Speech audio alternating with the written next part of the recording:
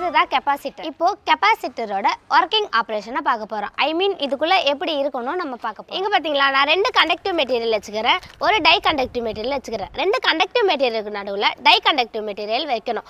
Conductive மெட்டீரியலில் current flow ஆகும், tie conductive மெட்டீரியலில் கரண்ட் ஃப்ளோ ஆகாது. இப்போ நான் கண்டக்டிவ் மெட்டீரியல் கரண்ட் சார்ஜ் கொடுக்க போகிறேன். இந்த சைடில் இருக்கிற மைனஸ் எல்லாமே ப்ளஸ்ஸை நோக்கி போயிடும்.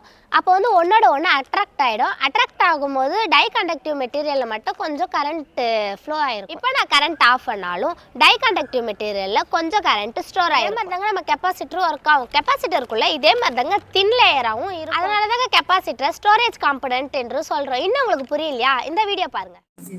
நெக்ஸ்ட் இப்போ ஒரு கெப்பாசிட்டர் எப்படி ஒர்க் ஆகுதுன்னு பார்ப்போம். அதுக்காக ஒரு ரியல் டைம் எக்ஸாம்பிளோட தொடர்பு பற்றி பார்க்கலாம்.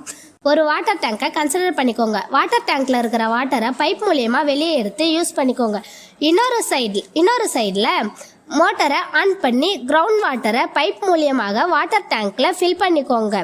இப்போ நான் மோட்டரை ஆஃப் பண்ணாலும் கிரவுண்ட் வாட்டர் ஆஃப் பண்ணாலும் டேங்க்ல இருக்கிற தண்ணி ட்ரைன் ஆகிற வரைக்கும் நம்ம யூஸ் பண்ணிக்கலாம். அதே போல தாங்க இந்த கெப்பாசிட்டரும்.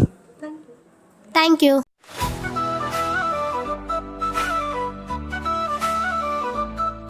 Don't